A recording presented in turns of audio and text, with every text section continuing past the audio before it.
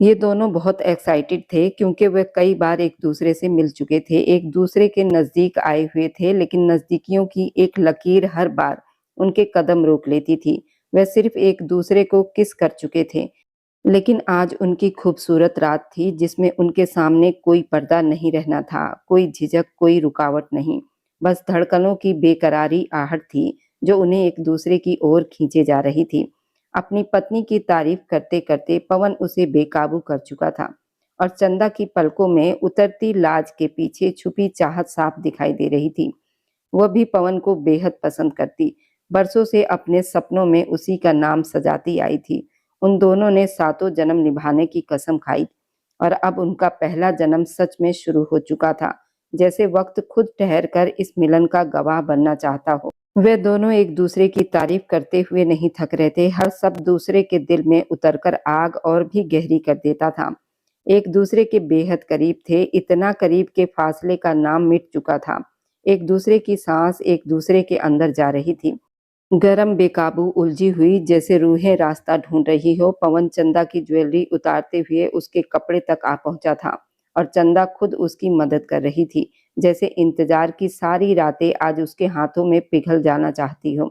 वह अपने लहंगे की डोरी को खुद ही खोल चुकी थी, पर दिल की धड़कनें अभी भी किसी अनजाने डर और मीठे सस्पेंस से कांप रही थी। बस पवन उसे धीरे-धीरे सरकाते उतार चुका था। हर हरकत में ठहराव, हर ठहराव में एक नई बेचैनी। उसके बाद उसके ब्लाउज की जिप खोलते हुए वो उसकी धड़कनों में समा गया था। जैसे दोनों के बीच अब कोई अलग अस्तित्व बचा ही ना हो। चंदा बेहद तेज सिसकियां ले रही थी और आहें भर रही थी। उसकी उंगलियां पवन के कंधों पर धंसती जा रही थी, मानो वह इस पल को छूने से रोक लेना चाहती हो। चंदा को बिस्तर पर सुलाते हुए, उसे पूरा चूमते हुए उसे बेकाबू कर चुका था, लेकिन उस बेकाबू होने में भी एक गहरा अपनापन था, एक विश्वास जो रात को और भी रहस्यमयी बना रहा था। चंदा बड़ी तेज अपने जिस्म में वाइब्रेट महसूस कर रही थी, जैसे भीतर कोई बंद दरवाजा खोलने के हो, और आहें और सिसकियों से पूरा कमरा गूंज रहा था, जबकि बाहर की खामोशी इस बात का इंतजार कर रही थी कि अगला पल उन्हें किस अनजानी गहराई में ले जाएगा, जहां से लौट कर पहले जैसे कभी नहीं रह पाएंगे, और पवन ऐसी दुनिया में चला जाएगा जहां से लौट कर आज तक कोई नहीं आया। ये कहानी उस दिन शुरू हुई थी जब चंदा के साथ गोविंद की शादी हुई थी।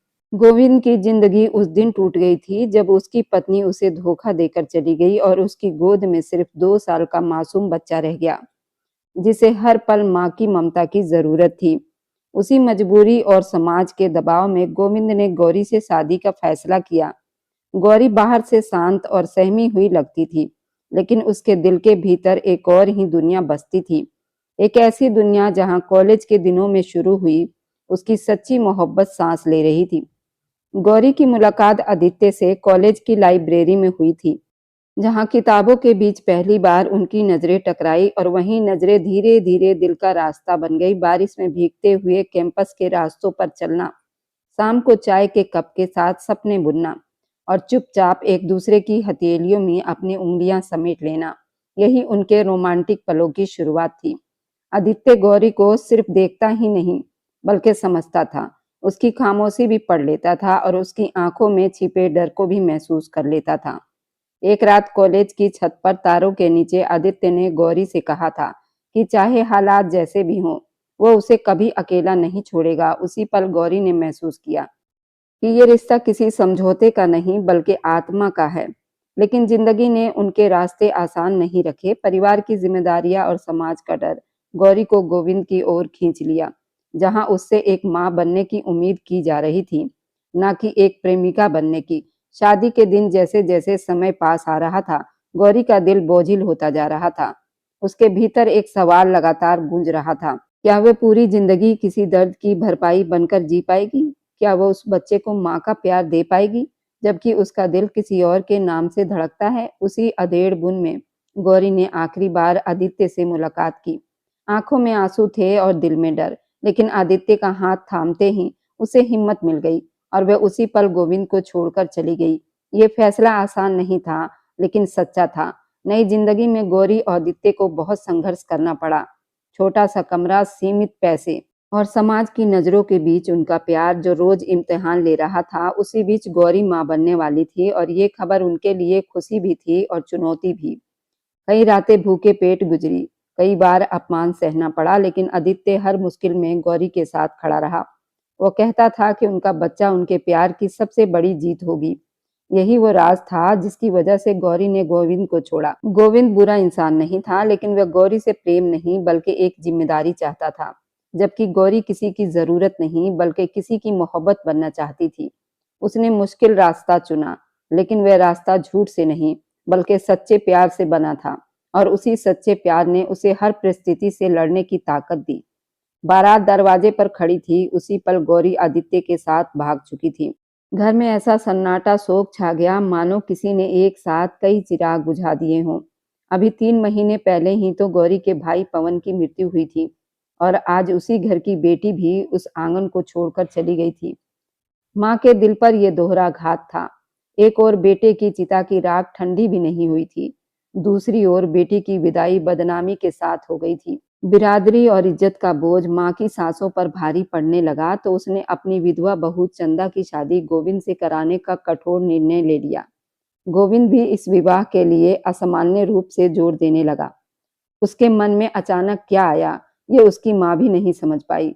पर यह उतावलापन किसी गहरे राज से जुड़ा था, जिसे वह किसी को बताना भी नहीं चाहता था। मजबूरी में चंदा को यह रिश्ता स्वीकार करना पड़ा। अपने मृत पति पवन की इज्जत और सास के मान के लिए उसने वह कड़वा घूंट भी पी लिया और मंडप में आकर बैठ गई। उसके लिए वो मंडप विवाह का नहीं बल्कि चिता का रूप ले चुका था, क्योंकि उसका हृदय अब भी पवन की स्मृतियों में बंधा हुआ था और हर मंत्र उसके भीतर एक नया घाव खोल रहा था। उधर गौरी और आदित्य भाग तो गए थे, लेकिन उनके पास ठहरने को छत नहीं थी। आदित्य के माता पिता ने इस विवाह को अपमान मानकर उसे घर से निकाल दिया था और आधी रात तक दोनों बिना पैसे बिना सहारे सड़कों पर भटकते रहे। कोर्ट में शादी हो चुकी थी, पर जीवन की असली परीक्षा अब शुरू हुई थी। गौरी के पास बचे थोड़े से पैसे खत्म हो चुके थे और आदित्य का हाथ खाली थे, अतः सड़क किनारे गरीबों की झोपड़ी में उन्होंने रात गुजारी।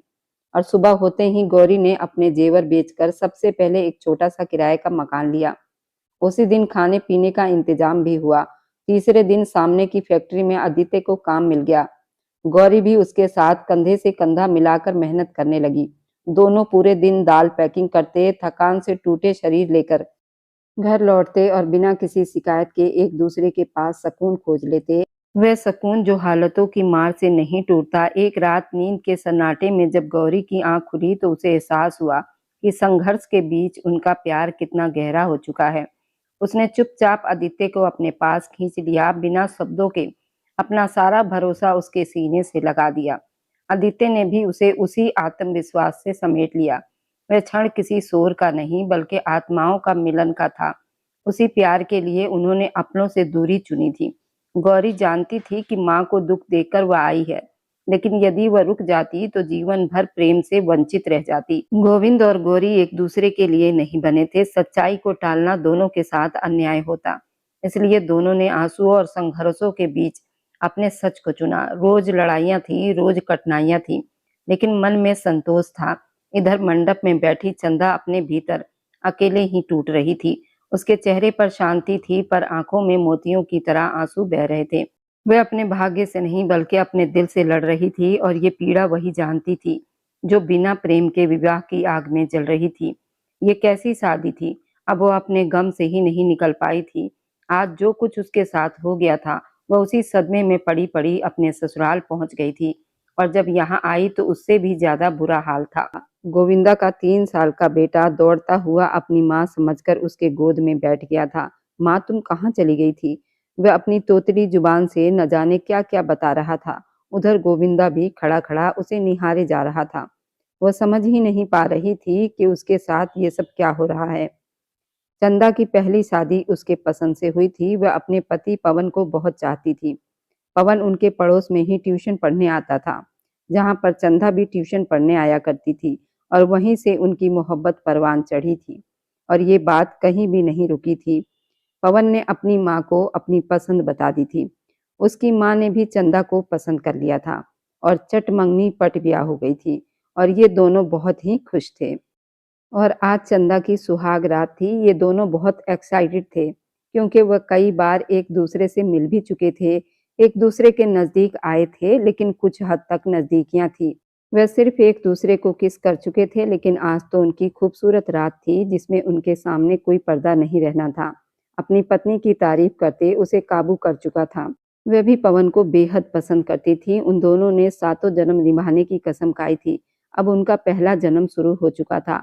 अब दोनों एक दूसरे की तारीफ़ करते नहीं थक रहे थे। एक दूसरे के बेहद करीब थे, एक दूसरे की सांसें एक दूसरे के अंदर जा रही थी। पवन चंदा की ज्वेलरी उतारते उसके कपड़ों पर आया था, जो कि चंदा ने खुद ही उसकी मदद कर दी थी। वह अपने लहंगे की डोरी को खुद ही खोल चुकी थी। बस पवन उसे धीरे-धीरे सरकाते हुए उसे भी उतार चुका था। उसके बाद उसके ब्लाउज़ के ज़िप को खोलते उसकी धड़कनों में समा गया था। चंदा बेहद तेज़ सिसकियाँ ले रही थी और आहें भर रही थी। चंदा को बिस्तर पर सुलाते हुए उसे पूरा चूमते बेकाबू कर चुका था। चंदा बड़ी तेज़ अपने जिस्म वाइब्रेट महसूस कर रही थी और आहें और सिसकियों से पूरा कमरा गूंजा था। पवन चंदा के पीछे हाथ ले जाते हुए उसे तकिए पर सुलाते उसके ब्यूटी बॉन को चूमते हुए उसे पागल कर रहा था। उसके बेली बटन तक आया था और फिर उसे अपने नीचे एडजस्ट करते हुए उसकी चीखों को तेज किया था। वो बेकाबू उछल पड़ी थी। अब उसे सहज-सहज प्यार करता हुआ उसे और भी दीवाना कर चुका था। वह रात उनकी बेहद खूबसूरत गुजरी थी। उसके बाद हर रात उनकी सुहाग रात से कम नहीं होती थी। वह एक दूसरे को बहुत पसंद करते थे, लेकिन शायद भगवान को ये मोहब्बत पसंद ना आई थी। चंदा को ऐसा घाव लगा जिससे उसकी आत्मा भी हिलकर रह गई थी। शादी के 3 महीने के बाद उसकी दुनिया ही बर्बाद हो गई थी। उसके नंद की शादी की तैयारी चल रही थी और उस दिन पवन को ड्यूटी से आते देर हो गई थी। लेकिन एक फ़ोन कॉल ने सबको हिलाकर रख दिया था। पवन का एक्सीडेंट हुआ था, मौके पर ही उसकी मौत हो गई थी। ये सदमा बहुत बड़ा था। उसकी नंद की शादी की तारीख भी रखी जा चुकी थी, लेकिन उसे नहीं पता था कि अगली दुल्हन उसी को ही बनाया जाएगा। शादी की डेट को तो बढ़ा दिया गया था, लेकिन उसके पति के मरने के 3 महीने के बाद भगवान ने ऐसा जाल बिछाया कि अपनी नंद की जगह उसे दुल्हन बनना पड़ा था और आज वह अपनी नंदोई के सेज पर आ बैठी थी, जहाँ पर एक बच्चा उसके सीने में चिपका उसे माँ-माँ बुला रहा था। प्लीज़ मम्मी प्लीज़, मुझे ये शादी नहीं करनी, वो रोती हुई अपनी सास को मना कर रही थी। अभी वो 3 महीने पहले ही तो विधवा हुई थी। अब उसकी सास उसे शादी करने को कह रही थी क्योंकि उसकी नंद घर से भाग गई थी। शादी की तैयारी करें आंटी जी। गोविंद की आवाज़ पर चंदा की धड़कनें बिल्कुल रुक सी गई थी। खुद को तैयार कर लो, मैं ना सुनने का आदी नहीं हूँ। गोविंद चंदा के पास झुककर बोला तो चंदा ने ना में सिर हिला दिया। जब गोविंद की सुर्ख पड़ती आंखों को देखकर वह अपनी आंखें जोर से बंद कर गई। यूं गोविंद की इज्जत बचाने के लिए चंदा की शादी उस गोविंद से कर दी गई थी जो उसकी नंद का होने वाला पति था। ये कहानी उस दिन शुरू हुई थी जब चंदा की नंद की बारात आने वाली थी और उसे पूरे घर में ढूंढा जा रहा था। चंदा बेटा, नीचे बारात आ चुकी है। गौरी बेटा, मुझे कहीं दिखाई नहीं दे रही। परेशानी से उसकी सास कमरे में दाखिल हुई। उससे पूछ रही थी। वो हैरान बौखलाई हुई नजरों से अपनी सास को देखते रह गई थी। आंटी, मुझे पता नहीं, मुझे तो वह कहकर गई थी कि मैं पार्लर से बहुत जल्दी वापस आ जाऊंगी, मगर वह अभी तक वापस नहीं आई। परेशान सूरत लिए रोती हुई चंदा के पांव के नीचे से जमीन खिसक गई थी। तुम क्या कर रही हो बहू? बारात सर पर आकर खड़ी हुई है और गौरी का कुछ अता पता नहीं है। कुछ करो बेटा, हमारी इज्जत का सवाल है। चंदा बेटा, उसे फोन करो, उसे बोलो वो घर जल्दी वापस आ जाए, नहीं तो 4 लोगों में हमारी कितनी बदनामी होगी। हमारी पूरी बरादरी में नाक कट जाएगी अगर गौरी टाइम पर घर पर ना पहुंच सकी तो। हम लड़के वालों को क्या जवाब देंगे? परेशान शब्दों में बोलती हुई उसकी सास बस नहीं चल रहा था कहीं से भी गौरी को पकड़कर ला खड़ा कर दे। चंदा बराबर परेशानी से अपने नाखून चबाते हुए मोबाइल फोन निकालते हुए फिर से उसे कॉल मिलाना शुरू हो चुकी थी। वह पहले भी अनगिनत बार मोबाइल पर नंबर मिला चुकी थी, मगर आगे से जवाब बिल्कुल भी नहीं आ रहा था। वह बेचारी और क्या करती? ये लड़की न जाने कहाँ चली गई है। वो बेचारी जाती भी तो कहाँ जाती। बराबर आधा घंटा इंतजार करने के बाद उसकी सास लाचार सूरत लिए उसके सामने बैठी हुई थी। उसके दोनों हाथों को थामे हुए चंदा, मैं जानती हूँ तुमसे आंचल फैलाकर एक वादा मांग रही हूँ। आज हमारी इज्जत को तार होने से बचा लो। तुम्हारी नंद हमें धोखा देकर इस घर से फरार हो चुकी है। वह भाग गई है। अब तुम्हें ही हमारे परिवार की लाज रखनी होगी। ये शादी कर लो। गंभीरता से कहती हुई उसकी सास उसके सिर पर बम फोड़ चुकी थी। जबकि वो हैरान फटी-फटी नज़रों से अपनी सास को देखती रह गई। वो मैं भला ये शादी कैसे कर सकती थी? ये शादी उसकी नंद की थी, ना कि उसकी। वह तो उनके लाडले बेटे की बहू थी, बहू भी जो 5 महीने पहले ही ब्याही गई थी। वह इतनी जल्दी शादी कैसे कर सकती थी? आप क्या कह रही हैं माँ जी? ये शब्द उसके गले से फटी-फटी आवाज़ में बाहर निकल रहे थे, मगर उसकी सास उसके सामने अपने हाथ-पैर जोड़कर अपने आँचल को फैलाए उसे विनती भरे नज़रों से देखे जा रही थी। हमारी इज़्ज़त की लाज रख लो बेटा, मैं तुमसे बस यही कह सकती हूँ, मेरा बेटा मर गया है। तुमने वापस अपने माँ-बाप के घर जाने से भी मना कर दिया था। मैं तुम्हें सारी ज़िंदगी रखने को भी तैयार थी, मगर अब बात हमारी इज़्ज़त पर आन पड़ी है। हमारी इज़्ज़त बचा लो। दुःख भरे शब्दों में बोलती हुई उसकी सास झुकते हुए उसके पैरों में बैठ गई और रोने लगी थी। जब वो करंट खाकर खड़ी होती हुई 2 कदम पीछे हो चुकी थी, उसका दिल ज़ोरों से धड़कते हुए बाहर आने को बेताब बैठा था। उसे ऐसी किसी भी चीज़ की उम्मीद बिल्कुल भी नहीं हो सकती थी। हैरानी से बस सोचती चली जा रही थी। बेकाबू आँखों से आँसू बह निकले थे। माँ जी, मुझे मजबूर मत करो, ये शादी नहीं करनी। वह रोती हुई अपनी सास को मना कर बैठी थी। माँ जी, मेरी बात समझने की कोशिश कीजिए। मैं ये शादी बिल्कुल भी नहीं कर सकती। मैं विधवा रह लूँगी। मैं अपने पति के नाम पर ही रह लूँगी, पर ये शादी कभी नहीं कर सकती। आप जाकर उन लोगों से मना कर दो। बहते आँसुओं के साथ कहती हुई वह वहाँ से जाने के लिए 2 कदम आगे बढ़ गई थी, जब अचानक दरवाज़ा खुलता हुआ देखकर वह उस तरफ देखती चली गई थी, जहाँ से एक लंबा-चौड़ा आदमी शर्ट के साथ आ खड़ा हुआ था। उसकी सुर्ख छलकती आँखों को देखते चंदा ने बेकाबू अपने कदम पीछे खींच लिए थे और अपना मुँह उस ओर मोड़ चुकी थी। ये तो गोविंद था, उसकी नंद का होने वाला पति। शादी की तैयारी करो आंटी जी। गोविंद की आवाज़ पर चंदा की धड़कनें बिल्कुल सुन्न हो गई थी। बेकाबू आंसू तेजी से आंखों से बह निकले थे, तभी कदम-कदम चलते हुए वह आदमी चंदा के नज़दीक आ गया था। खुद को तैयार कर लो, मैं इनकार सुनने का आदी बिल्कुल भी नहीं हूँ। गोविंद चंदा के करीब झुककर बोला, तो चंदा ने ना में सिर हिलाना शुरू कर दिया। गोविंद की सुर्ख पड़ती आंखें देखकर वह अपनी आंखें जोर से बंद कर गई थी। यूं गोविंद की इज्जत बचाने के लिए चंदा की शादी गोविंद से करवा दी गई, जो उसकी नंद का होने वाला पति था। शादी हो चुकी थी, शादी होने के बाद वह उसे अपने साथ अपने घर ले आया था। कुछ ही देर पहले वह चंदा से गोविंद की पत्नी बन चुकी थी। अचानक ही उसकी ज़िंदगी ने इतना बड़ा मोड़ लिया था। वह चकरा कर रह गई थी, जैसे अभी वह गौरी की जगह खुद उस कमरे में मौजूद थी। वह कमरा भी अपने मालिक की तरह सिर पर जैसे नाच रहा हो। यहाँ देखकर भी नहीं लग रहा था कि कहीं से नई दुल्हन के आने पर इसे तैयार किया गया हो। वह ऐसे ही था, बिल्कुल ठंडा पड़ा हुआ था, बिल्कुल उसके मालिक की तरह। अपने होठों को चबाते हुए आगे बढ़ते हुए उसने अपने कमज़ोर जिस्म को बिस्तर पर पटक लिया। उँगलियाँ चबाते हुए अब वो अपनी आने वाली ज़िंदगी के बारे में सोचती चली जा रही थी, न जाने उस आदमी के साथ उसकी ज़िंदगी अब कैसी बीतने वाली थी।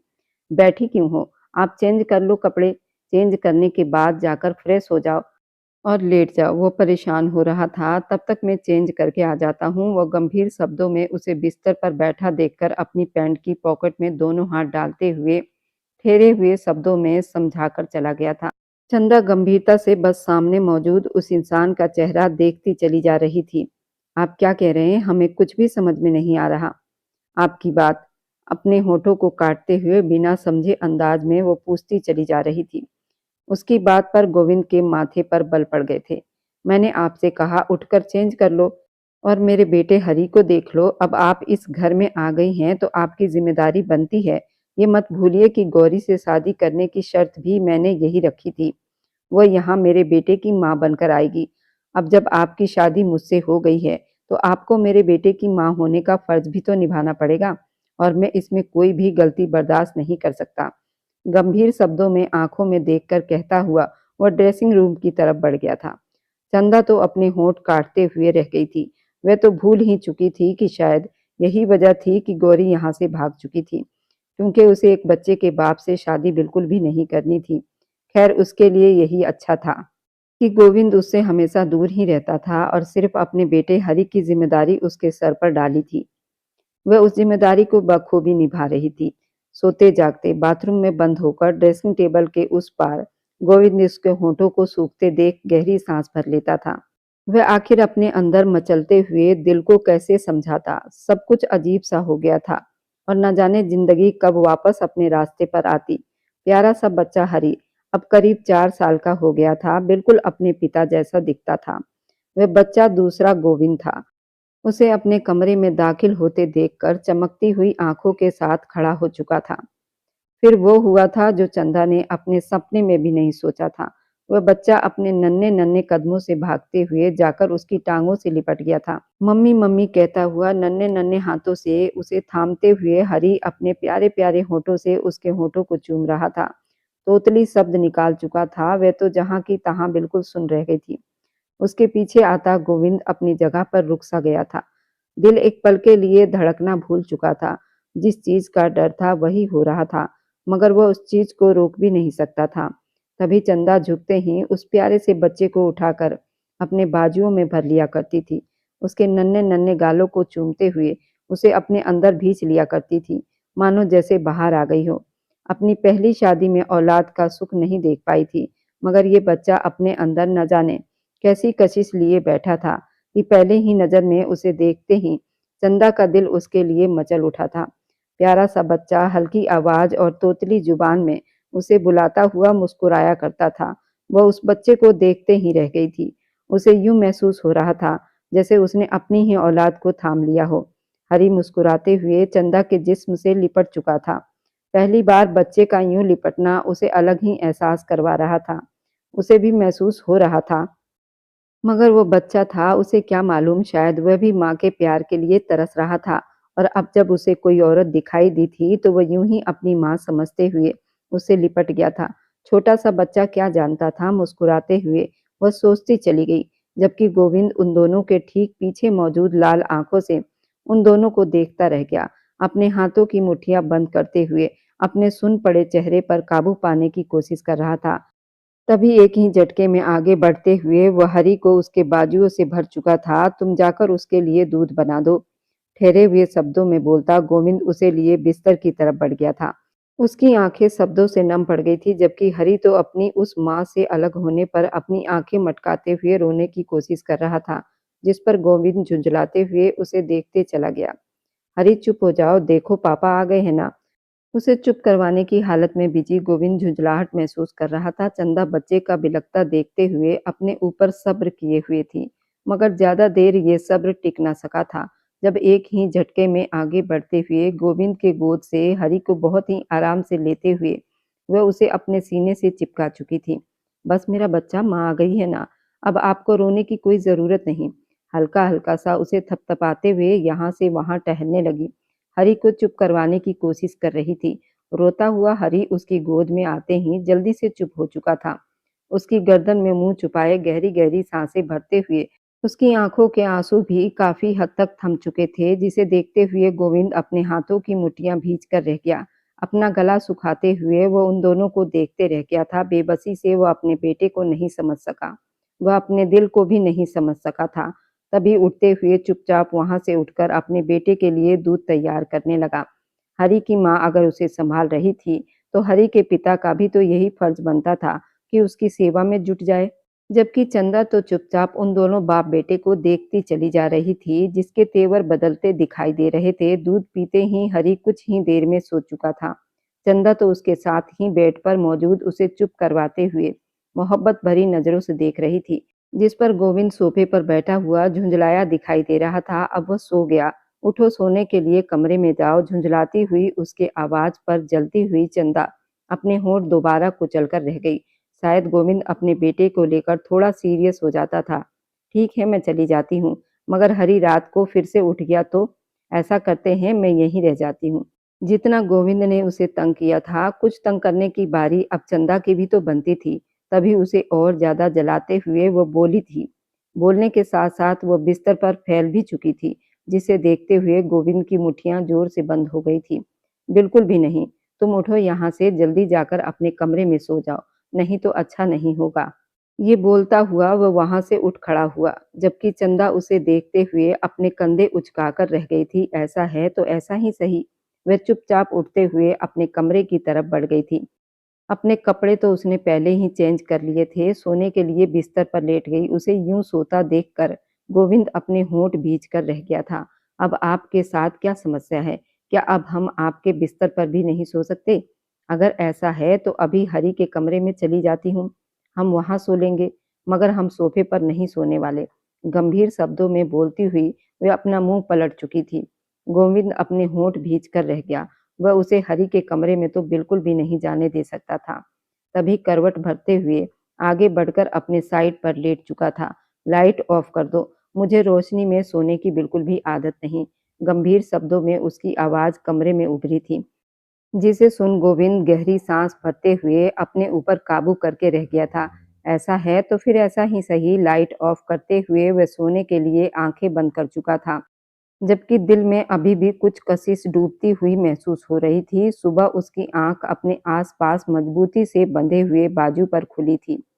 पलकें झपकाते हुए वो यहाँ-वहाँ देख ये समझने की कोशिश कर रहा था कि उसकी आंख खुल क्यों नहीं रही, मगर सामने ही जो मंजर था, उस पर नजर पड़ते ही एक पल के लिए उसे गंभीर चेहरे पर भी मुस्कुराहट बिखर चुकी थी। चंदा उसके कंधे पर सिर रखे हुए अपने जिस्म का आधा बोझ उसके ऊपर डाले बेफिक्री से सो रही थी। दूसरी तरफ हरी उसके चेहरे की तरफ अपनी बड़ी-बड़ी आंखों से देखते हुए मुस्कुरा रहा था। एक बाजू चंदा की कमर पर बंधा हुआ था, दूसरा बाजू हरी के गर्दन पर फैला हुआ था। दोनों को अपने बाजुओं में समेटे हुए उसके होंठ गहरी मुस्कान में ढीले पड़ गए थे। पापा की जान, सुबह-सुबह यहाँ क्या कर रहे हो? मुस्कुराते हुए हरी से पूछते। वह उसके बालों में हाथ फेर चुका था, जबकि दूसरी नजर सोई हुई चंदा पर भी डाली थी। वह किस तरह खूबसूरत लग रही थी, ये कोई उससे पूछता। नींद में ही वह उसका दिल लूटती चली जा रही थी, जबकि गोविंद तो बस एकटक उसकी तरफ देखता ही चला जा रहा था। इसका दूसरा भाग बहुत दिलचस्प रहने वाला है। क्या गोविंद और चंदा एक ही छत के नीचे रहते हुए भी एक दूसरे से अनजान बने रहेंगे? इन दोनों के दिलों में तूफान है, लेकिन जुबान पर खामोशी। सवाल यही है, क्या ये दोनों कभी करीब आ पाएंगे या फिर यही दूरी हमेशा की किस्मत बनकर रह जाएगी? गोविंद की झिझक सिर्फ संकोच नहीं थी, वह टूटे भरोसे की परछाई थी जिसे उसकी पहली पत्नी छोड़ गई थी, वह भी 2 साल के मासूम बच्चे के साथ। और यही टीस उसे हर रिश्ते से डराती थी। आखिर वह क्यों गई थी? क्या गोविंद की चुप्पी उसकी सबसे बड़ी गलती थी, या फिर उसकी पत्नी का कोई छुपा हुआ सच था जिसे उसने कभी बताया ही नहीं था? क्या वह पहले से ही किसी और की थी, या हालात ने उसे मजबूर कर दिया था? और क्या गोविंद ने बिना सवाल किए खुद को ही दोषी मान लिया? चंदा, जो खुद विधवा होकर समाज की नज़रों से टूटी हुई थी, गोविंद की आंखों में वही दर्द देखती आई थी जो उसके अपने दिल में पल रहा था। फिर भी वो एक कदम आगे बढ़ाने से डरती थी, क्योंकि उसे लगता था कहीं वो किसी और की अधूरी कहानी में जबरदस्ती पूरी होने की कोशिश तो नहीं कर रही। वहां साथ बैठा हरी बार बार ध्यान अपनी तरफ खींचने की कोशिश कर रहा था, बार बार नाकाम होते देखकर अब वो अपना निचला होंठ मोड़ते हुए रोने की तैयारी पकड़ चुका था, जिसे देखते हुए गोविंद बुखलाते हुए उसे थाम चुका था। अरे रोना नहीं चंपू, तुम्हारी माँ सो रही है, धीमी आवाज में बोलते हुए गोविंद अपने बेटे को चुप करवाने की कोशिश कर रहा था, जो रोने की पूरी तैयारी में था, मगर अपने पिता का ध्यान अपनी तरफ होते देखकर कुछ देर के लिए अपना रोना छोड़ चुका था, जिसे देखकर गोविंद के होंठ मुस्कुराहट में ढीले पड़ गए थे। कुछ देर पहले जो फिक्रमंदी में उसके चेहरे पर छाया हुआ था, अब वो गायब हो चुका था। दूसरी नजर सोई चंदा पर डालते हुए अपने बाजू की पकड़ उसकी कमर पर मजबूत कर चुका था। कुछ ही देर के बाद उसकी कांपती हुई पलकों को देखते हुए वह अपनी पकड़ चंदा की कमर से हल्की करते हुए छोड़ चुका था, जबकि पूरा ध्यान पूरी तरह से अपने ऊपर बैठे अपने बेटे हरी की तरफ था, जो अपने हाथों से नन्हे-नन्हे इशारे करते हुए कोई बात समझाने की कोशिश कर रहा था।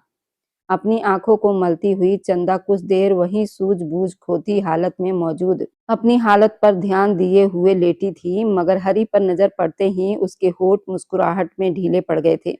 मेरा बच्चा उठ गया क्या? आपको भूख लगी है? मुस्कुराते हुए पूछते हुए चंदा की नाजुक उंगलियों ने हरी के गालों को छुआ था। हरी, जो ये सब कुछ बड़ी गौर से देख रहा था, उसने वो प्यार अपने गालों पर महसूस किया था। बेकाबू होकर उसने अपने होंठ दबाते हुए हरी को देखा था। हरी ने दूध पी लिया है, अब उसे भूख नहीं लग रही। धीमी आवाज में बोलते हुए गोविंद ने चंदा को करंट सा खाकर पलटने पर मजबूर कर दिया। गोविंद को अपने इतने नज़दीक महसूस करते हुए उसकी जान तो गले में आ चुकी थी, तभी घबराते हुए वह अपने आप गोविंद से एक ही झटके में दूर करते हुए बिस्तर पर सीधी होकर बैठ गई थी। मगर बहुत जल्द उसे फिर से गोविंद की तरफ झुकना पड़ा था, क्योंकि हरी की मुट्ठी में चंदा के बाल बहुत बुरी तरह से फंस चुके थे। अपना सूखा गला तर करते हुए वो कभी हरी, फिर गोविंद, फिर हरी को देखती चली जा रही थी। ये दोनों बाप बेटे उसकी जान हथेली में लिए बैठे थे। उनकी नन्ही सी जान उन दोनों में कहाँ आकर फंस गई थी। एक तो वह गोविंद के इस तरह के नजदीक आने पर उसके ऊपर ही बेफिक्री से सो रही थी। दूसरा ये हरी जो हटने का नाम ही नहीं ले रहा था। तभी नरमी से उसकी मुट्ठी खोलते हुए अपने बालों को उसकी पकड़ से आजाद करवाकर वह झट से बिस्तर से नीचे उतरी और बाथरूम में बंद हो चुकी थी, जिस पर गोविंद अपने होंठ भींचते हुए दरवाजे की तरफ देखता रह गया था। नाश्ते की मेज पर सभी लोग बैठे हुए थे। चंदा का पूरा ध्यान हरी की तरफ ही था। उसे अपने हाथों से खाना खिलाती हुई वो भूल से भी अपनी नजरें गोविंद की तरफ नहीं उठा पा रही थी। वह उसके लिए काफ़ी था, तभी वह अपनी नज़रें जितना हो सके गोविंद से बचाने की भरपूर कोशिश में लगी हुई थी, जिसे महसूस करते हुए गोविंद हल्का-हल्का सा मुस्कुरा रहा था। ये लड़की धीरे-धीरे सही, मगर उसके दिल दिमाग पर सवार होती चली जा रही थी। क्या ये उसकी सूरत थी या नहीं, या कुछ और था? भला बेकाबू अपने दिमाग की नसों में ये बात उतारते हुए दिल से झुंझला गया था। जब सामने ही वो हरी को बड़ी तसल्ली से खाना खिलाते हुए देख रहा था और अपने खाने की तरफ ध्यान दे चुका था। हरी का ख्याल रखना, मैं बहुत जल्द काम से लौट आऊँगा। मुझे हरी के मामले में कोई भी शिकायत और कोताही नहीं मिलनी चाहिए। और धीमे शब्दों में बोलता अब अपने कमरे की तरफ बढ़ गया था। चंदा तो अपने होंठ भींचकर रह गई थी, जैसे वो कोई जल्लाद हो, जो उसके जाने के बाद हरी को कच्चा चबा जाएगी। दिल में बड़बड़ाते हुए वह हरी की तरफ ध्यान देती रह गई, जो अपनी बड़ी-बड़ी आँखों से उसे ही देख रहा था। मम्मा तुमसे बहुत प्यार करती है ना? पापा की बातों में मत आना, ठीक है? हम दोनों मिलकर सारा दिन मस्ती करेंगे, खाना खाएँगे, टीवी देखेंगे और आपके पापा सारा दिन ऑफ़िस में काम करेंगे, ताकि वह हमारे खाने के लिए बहुत सारी चीज़ें ला सकें। धीमी आवाज़ में उससे बात करती हुई चंदा ने वो पीछे आते हुए गोविंद को मुस्कुराने पर मजबूर कर दिया था। ठीक है बाबा, काम करके पैसा कमाएँगे, बस तुम दोनों हमेशा मुस्कुराते रहना। गंभीर शब्दों में बोलते हुए गोविंदा झुकते हुए हरि के गाल पर चूमता चला गया था, जबकि उसे अपने इतने करीब आते हुए महसूस करते ही चंदा की सांसें तो गले में ही अटक चुकी थी। उसके परफ्यूम की खुशबू पास फैलते हुए चंदा के अंदर उतरती चली गई थी, जिस पर वह लाल पड़ते हुए अपना चेहरा हरि की तरफ मोड़ चुकी थी, जिसे देखते हुए हरि भी उसे गले लगाते हुए उसका चेहरा थपथपा चुका था। मगर ये गोविंद जो उसके लाल पड़ते हुए कान कैसे नहीं देख पाया था, तभी मुस्कुराते हुए पीछे हट चुका था। अपना ख्याल रखना, ये कहते हुए जाते हुए उसने हरि को कहा था, या फिर चंदा से। वे दोनों ही इशारों से सामने जाते गोविंद की तरफ देखते रह गए थे। ऑफिस से लौटते वे अपने कमरे की तरफ कोई खूबसूरत सा नजारा देखने के लिए बढ़ा था, मगर सामने ही खाली कमरे को मुंह चिढ़ाता देखकर उसका दिमाग झुंझलाकर रह गया था। तभी बड़ी हड़बड़ी में आगे बढ़ते हुए कपड़े चेंज करने के लिए ड्रेसिंग रूम की तरफ बढ़ गया था। कुछ ही देर के बाद कमरे से बाहर निकलते हुए पूरे घर में घूमते हुए उन दोनों माँ बेटे को ढूंढना चाहता था, मगर उसे वे दोनों कहीं भी दिखाई नहीं दे रहे थे। शाम का वक्त था, सूरज ढलता हुआ महसूस हो रहा था।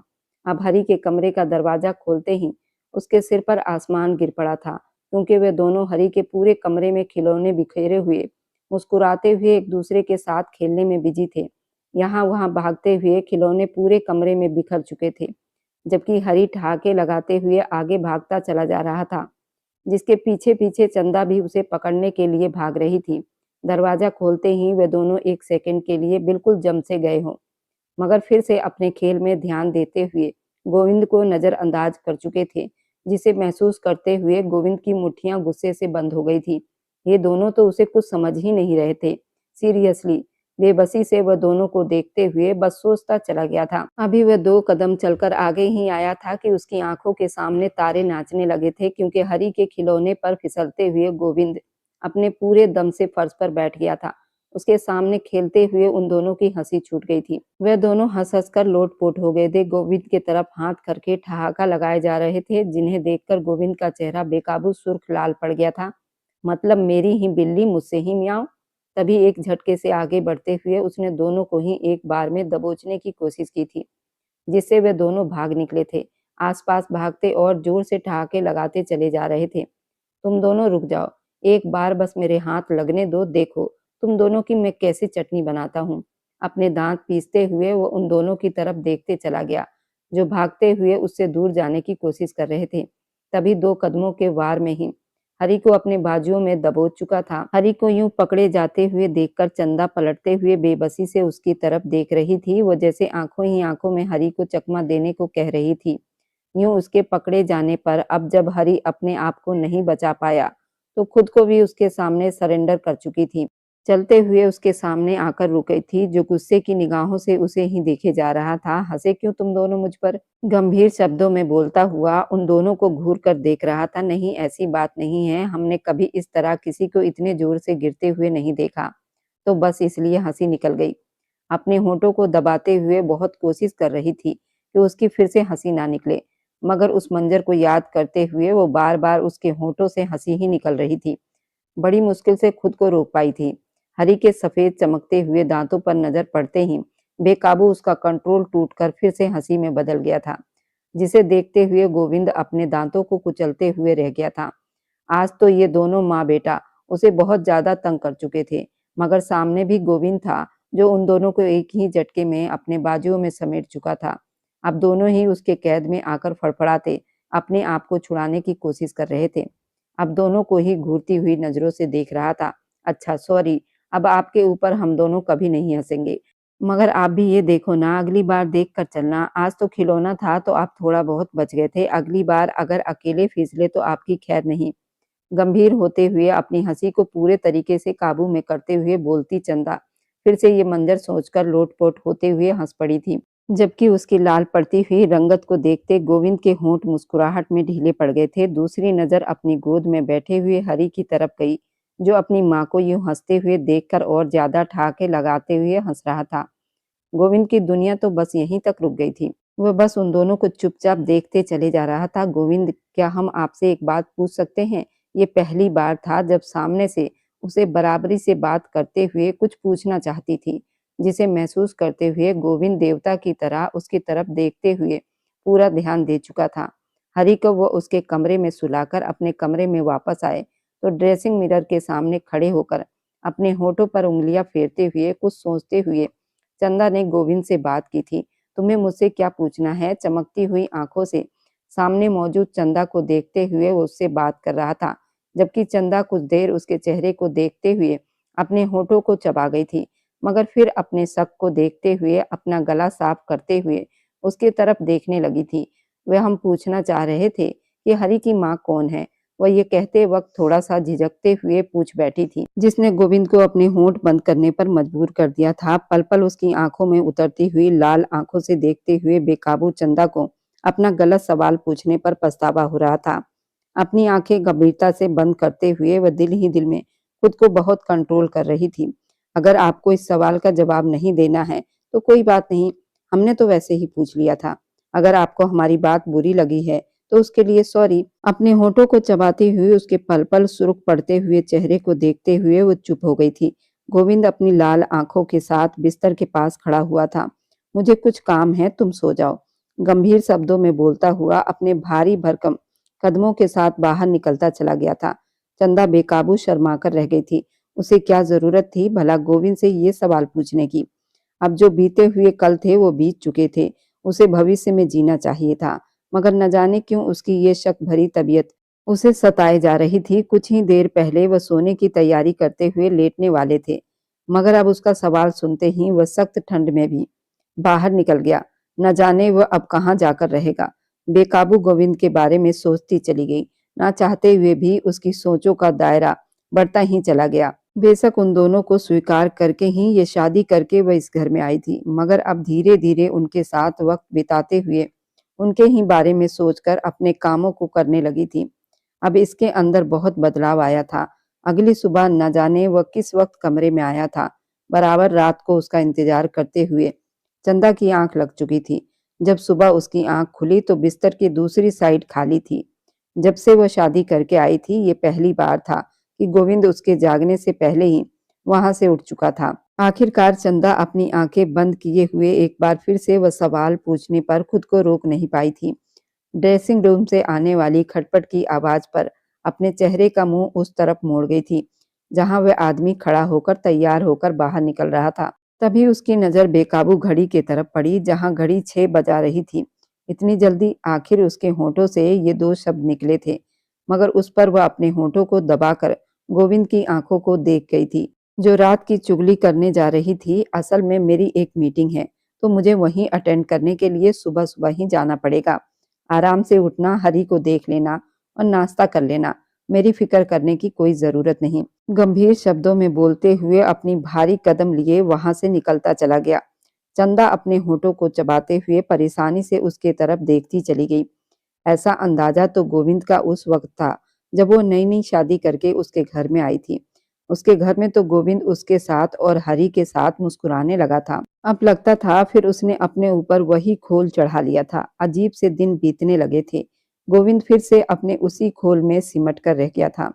हरी के साथ वह ऐसा ही था जैसा वह शुरू दिन से देखती आ रही थी, मगर चंदा के साथ हालात कुछ रूखे से हो गए थे, जिसको वह दोनों ही महसूस कर रहे थे, मगर दोनों ही उस चीज को खुद से निकाल पाने की हिम्मत नहीं कर पाते थे।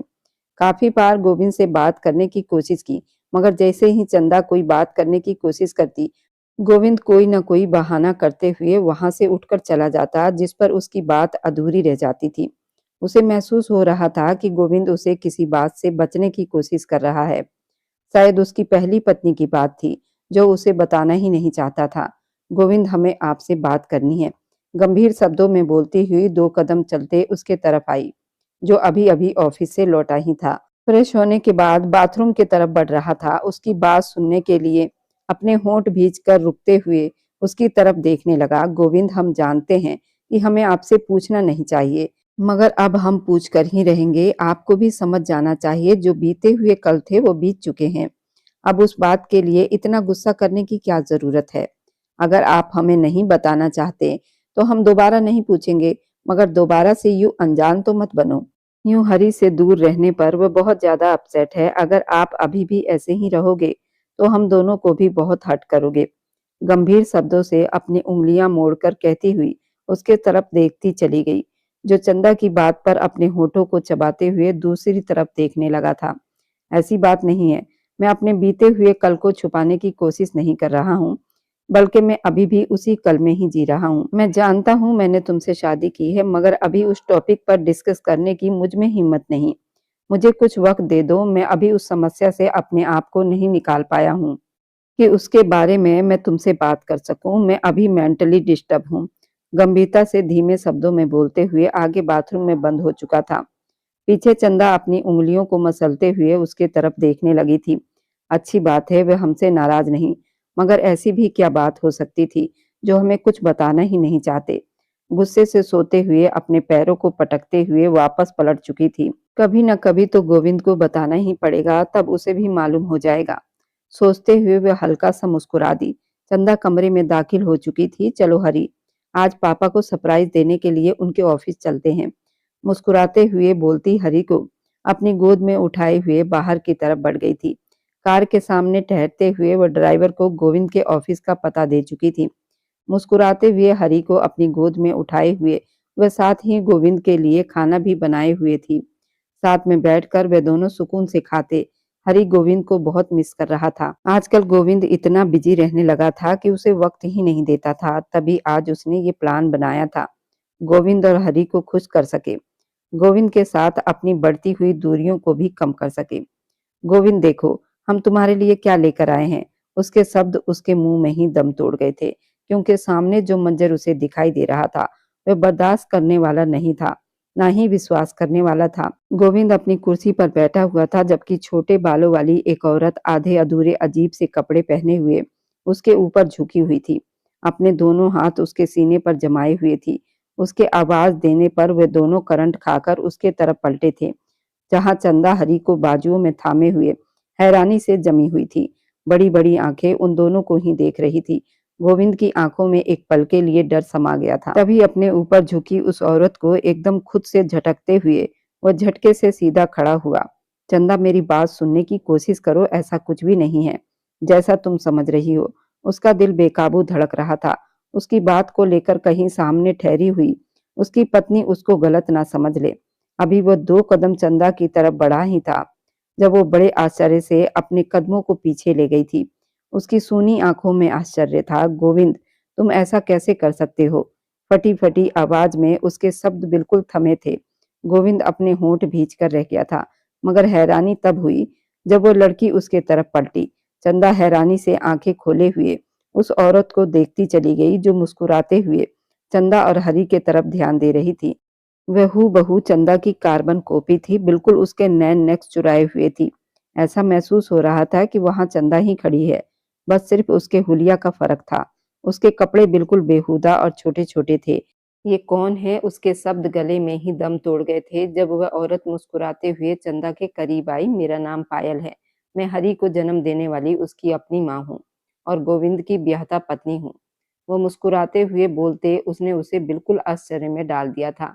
"मेरी बात सुनो चंदा, ये मुझसे डिवोर्स ले चुकी है और हरी को भी इसने मुझे सौंप दिया है।" गंभीरता से कहता हुआ, अपने शब्दों को काबू में रखता हुआ सामने खड़ी अपनी पहली पत्नी पर जलती हुई निगाह डाली, जो उसके इज्जत को पहले ही मिट्टी में मिला चुकी थी। चंदा उन दोनों को आश्चर्य से देखती हैरान हो रही थी। वह दोनों उसके सामने ही उसकी आंखों में धूल झोंक रहे थे और दोनों को इस बात से कोई फर्क नहीं पड़ रहा था। डिवोर्स ली हुई ये औरत उसके पति पर डोरे डालने की कोशिश कर रही थी और उसका पति उस औरत को डिवोर्स देकर भी उसे अपने सामने रंगरलियां मनाते हुए देख रही थी। क्या इन दोनों को जरा सी भी शर्म नहीं थी? बेकाबू सोचते हुए उसका दिल दुख गया था।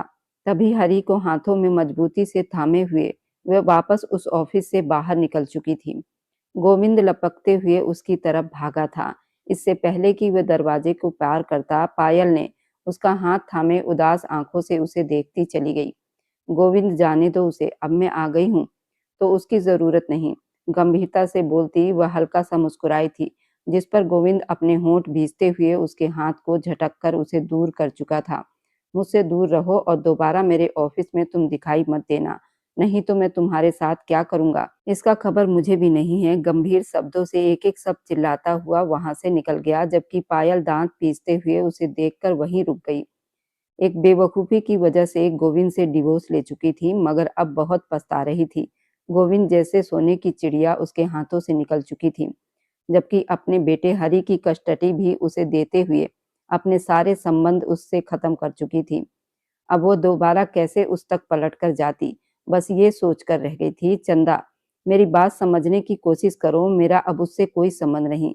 मैं उसे डिवोर्स दे चुका हूँ। वह खुद मेरे ऑफिस में चले आई, मेरे सर पर सवार हो गई थी।" उसके पीछे भागता हुआ उसे समझाने की कोशिश कर रहा था, मगर चंदा कुछ भी सोचे बिना बस आगे चलती जा रही थी। घर आते ही उसने हरि के कमरे में खुद को और हरि को बंद कर लिया था। हरि को दूध देकर सुला चुकी थी, जबकि वह अपने उसी कपड़ों पे बिस्तर पर हरि के पास ही बैठी हुई सोचते चली गई थी। जो सोच उसके दिमाग में चल रही थी वह उन दोनों को बर्बाद करने के लिए काफी थी। तभी वह दिमाग को सुकून देने की नाकाम कोशिश कर चुकी थी, मगर जो ऑफिस में मंजर देखा था वह किसी भी तरह उसकी आंखों से ओझल होने वाला नहीं था।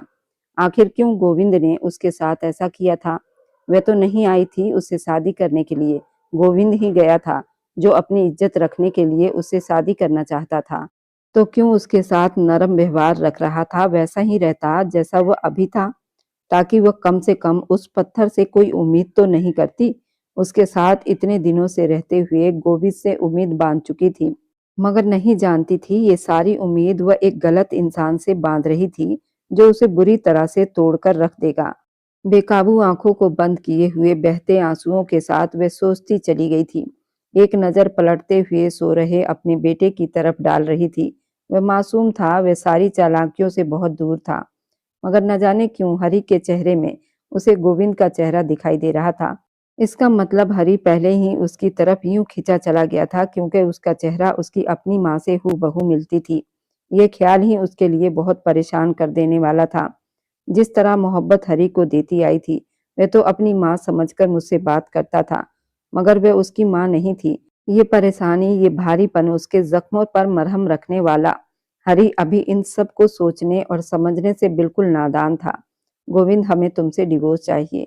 वह बराबर चुप रहने के बाद आज 1 हफ्ते के बाद उसने अपना मौन व्रत तोड़ दिया था, मगर जो शब्द उसके मुँह से निकले थे, गोविंद के दिल को छलनी-छलनी कर गए थे। वे जो उसके लिए अब एहसास महसूस करने लगा था, उस बात से अनजान चंदा इससे अब वो माँग कर रही थी, वह उसके लिए अब बदल रहा था। चंदा, मेरी बात समझने की कोशिश करो। मैं तुम्हें बोल रहा हूँ, मेरा उस लड़की से अब कोई संबंध नहीं। वह खुद ब खुद मेरे ऑफिस में घुस आई थी। मुझे एक बार समझाने का मौका तो दो। बस ये बोलता हुआ उसके दोनों हाथों को थामे उसके करीब बैठ गया था, जबकि चंदा किसी असर के बस सामने की तरफ देखती चली जा रही थी। बस ज्यादा बातें बनाने की अब बिल्कुल भी जरूरत नहीं। मैं सब कुछ देख चुकी हूँ। उसके लिए यही काफी था। वह इस घर में एक आया के तौर पर आई थी। हरि भी उसे तभी चाहता था क्योंकि उसकी माँ का चेहरा उसके चेहरे के साथ बिल्कुल मिलता था, जबकि गोविंद तो उसके चेहरे में अपनी पहली पत्नी का चेहरा ढूंढने लगा था। वह दोनों को इससे कोई फर्क नहीं था। वह उन दोनों के साथ रहते हुए उससे मोहब्बत की उम्मीद कैसे रख लेती। तभी वह इतना बड़ा फैसला ले गई थी। ये फैसला उसके लिए भी आसान नहीं था। विधवा हो जाना, अब डिवोर्स लेना। लोग उसको कैसी-कैसी बातें सुनाएंगे, मगर वह किसी की बातों का असर नहीं ले रही थी। वह सारी जिंदगी हरि की आंखों में अपनी माँ की परछाई नहीं देखना चाहती थी। तुमने मुझे पहली बार कब देखा था? जब तुम्हें मालूम हुआ कि मैं तुम्हारी पहली पत्नी की तरह दिखती हूँ? गंभीर शब्दों में बोलते हुए उसके शब्दों में कोई जज्बा मौजूद नहीं था, जबकि गोविंद थक हार कर अपना सिर हाथों में झुकाए हुए आंखें मीच गया। गौरी से शादी तय होने के बाद एक बार वहां आया था। तुम मुझसे पल्ला करती थी क्योंकि तुम विधवा थी। मैं तुम्हें देख नहीं पाया। बस एक बार गलती से तुम्हारी तस्वीर देख ली थी। तुम्हारे पति के साथ तुम्हारे घर में टंगी हुई थी। मैंने मजबूर होकर ये सब कुछ किया था। मैंने गौरी से शादी करने का बोला था ताकि मैं तुमसे शादी कर सकूं। हाँ, मैं जानता हूँ ये मेरी गलती थी, लेकिन गौरी ने शादी एन टाइम पर भागकर मेरा काम और आसान कर दिया। पहले तुम्हें अपनी पत्नी की शक्ल मिलने की वजह से पहचानता था, मगर तुम विश्वास करो चंदा, जब से तुम आई हो मैं मुस्कुराने लगा हूँ। हरी जिसके लिए मैं फिक्र में रहता था, अब मैं उसके लिए तुम पर भरोसा करने लगा हूँ। मैंने जिंदगी में कभी किसी पर भरोसा नहीं किया, किसी के साथ हंस नहीं पाया। वे औरत जो खुद को मेरी पत्नी कहती है, पायल, वो मुझे एक अमीर आदमी के लिए छोड़कर चली गई थी और हम दोनों के प्यार की निशानी को, अपने बेटे को, मुझे सौंप दिया था। मैं उस वक्त बहुत बुरी हालत में था। मैं बस यही समझ पाया था कि मुझे मेरे बेटे के लिए एक माँ लानी है। मेरा विश्वास करो चंदा, मैं तुमसे बहुत मोहब्बत करने लगा हूँ। बेबसी से बोलता हुआ उसके हाथ को थामे अपना सिर ऊपर टिका चुका था, जबकि चंदा तो सुन कानों के साथ बस उसे देखती चली गई। ये सब कुछ एक चालाकी थी। तस्वीर में मुझे टंगा देखकर अपने शादी का फैसला कर लिया और उसमें तुमने गौरी को भी शामिल कर लिया। जबरदस्ती मुझसे शादी करना, ये सब कुछ एक चाल थी, गोविंद की चाल, जिसमें वो फंस कर रह गई थी। बेकाबू सोचते हुए खुद पर हंसी आ गई थी। वो कैसे इंसान के साथ दिल लगा बैठी थी। तुम खुदगर्ज हो गोविंद। तुम पहले भी खुदगर्ज थे और अब भी खुदगर्ज हो। तुमने हमारी मोहब्बत को रुस्वा कर दिया। बस तुमने मुझ में अपनी पत्नी को ही देखकर शादी की और हरि भी मुझे अपनी माँ की शक्ल समझकर ही मुझसे मोहब्बत करता है। मेरी अपनी कोई पहचान नहीं, इसलिए मैं तुम्हारे साथ नहीं रहना चाहती। मैं कभी माफ नहीं करूंगी। गंभीर शब्दों में बोलते हुए उसके हाथ झटकते हुए अब खड़ी हो चुकी थी, जिस पर गोविंद तड़पते हुए फर्श पर उसके सामने दरवाजे पर बैठ गया था। मुझे छोड़कर मत जाओ, मैं तुम्हें बेहद चाहता हूँ। मैं कसम खाकर कह सकता हूँ चंदा, मैं अपने बेटे की कसम खाकर कह सकता हूँ, मैं तुमसे बेहद मोहब्बत करता हूँ। जब तुम मेरी जिंदगी में आई हो, मैंने हर एक चीज को पीछे छोड़ दिया। मैंने पायल को पीछे छोड़कर तुम्हें अपनाया। मैं तुमसे बेहद मोहब्बत करता हूँ, मुझे छोड़कर मत जाओ। नहीं नहीं, मैं मर जाऊंगा। तड़पते हुए शब्दों में बोलते गोविंद उसके आसपास अपने बाजुओं को जमा गया, जबकि चंदा हरि की कसम खाने पर सुन खड़ी उसे देखती रह गई। गोविंद की हालत को देखती रह गई थी। जिस तरह मोहब्बत वो हरि से करता था, ये कोई ढकी छुपी बात नहीं थी। अब गोविंद हरि की कसम खा रहा था, तो इसका मतलब था कि वह सच कह रहा था।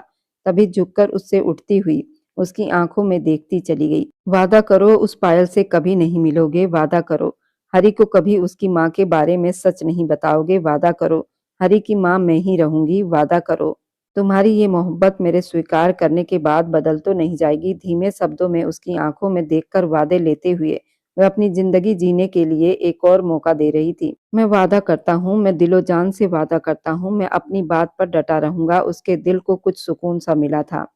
चंदा की बातें उसके तड़पते हुए जिस्म पर मरहम रख गई थी, जिसे महसूस करते हुए वो मुस्कुराते हुए उसे अपने बाजुओं में भर चुका था। मैं तुमसे बेहद मोहब्बत करने लगा हूँ चंदा, और हमेशा करूँगा। मैं तुम्हें अपने दिल की बात बताने के लिए खुद में हिम्मत इकट्ठी कर रहा था। मैं चाहता था कि जब मैं तुम्हें पायल का सच बताऊँ, उसके बाद ही तुमसे अपनी मोहब्बत का इज़हार करूँ, मगर खुद में ये हिम्मत नहीं कर पाया था। आज मैं तुमसे वादा करता हूँ चंदा, गोविंद तुमसे बेहद मोहब्बत करता है और तुम्हें दुनिया की हर खुशी देना चाहता है। क्या तुम अपना दिल मुझे सौंप दोगी? मुस्कुराते हुए बोलता बेकाबू उसके गर्दन को चूमने लगा था, जबकि मुस्कुराते हुए चेहरे के साथ अपने बाजुओं के घेरा उसकी गर्दन पर बांधती हुई चंदा भी अपने आप को उसे सौंप चुकी थी, जो उसका पति था और जिस पर उसका पूरा अधिकार भी था। गोविंद ने उस दिन के बाद से चंदा को यह साबित कर दिया कि वह दुनिया में सबसे पहला इंसान है जो इतनी मोहब्बत करता है। वह चंदा के मुंह से निकलने से पहले उसकी हर चीज को पूरा कर दिया करता था।